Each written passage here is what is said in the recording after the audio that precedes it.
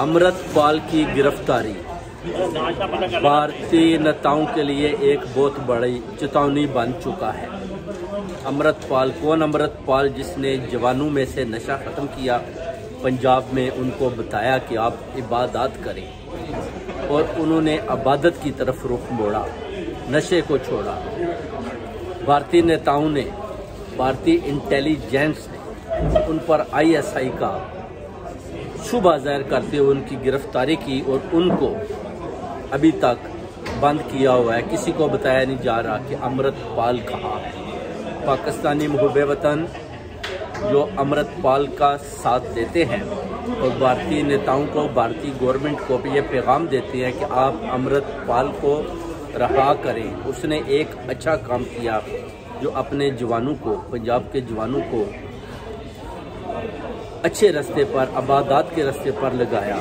उसने जवानों में नशा ख़त्म किया और आप उस पर पाकिस्तानी ISI का एजेंट होने का जो मुकदमा बनाकर आपने उसकी गिरफ्तारी की है, हम उसको बिल्कुल कबूल नहीं करते, ना ही मानने को तैयार है, ना ही वो ISI का एजेंट है। इसलिए आप अमृतपाल की रहाई को यकीनी बनाएं, ज़रूरी करें। और आलमी दुनिया में भी हम ये पैगाम देते हैं आलमी ताकतों को कि अमृतपाल के लिए सब इकट्ठे होकर एक आवाज़ बांधकर इंडिया की गवर्नमेंट को, उधर के नेताओं को ये पैगाम पहुँचाएँ कि आप अमृतपाल को रहा करें। इंशाल्लाह पाकिस्तानी कम्युनिटी, बरतानिया से भी सारे जितने भी एशियन हैं, खालिस्तान के लिए भी आवाज़ खड़ी करती हैं कि अमृतपाल को, उसको रहा किया जाए। जैसे कि पहले सिद्धू मूसेवाला भी खालिस्तान के लिए खड़ा हुआ था, उसको भी इन्होंने इसी तरह उसका कत्ल किया कि वो कहीं खालिस्तान की आवाज़ ना बन जाए और हमें खालिस्तान अलहदा ना करना पड़ जाए। इसलिए अमृतपाल ने भी जो काम किए हैं वो बड़े देखने वाले काम थे,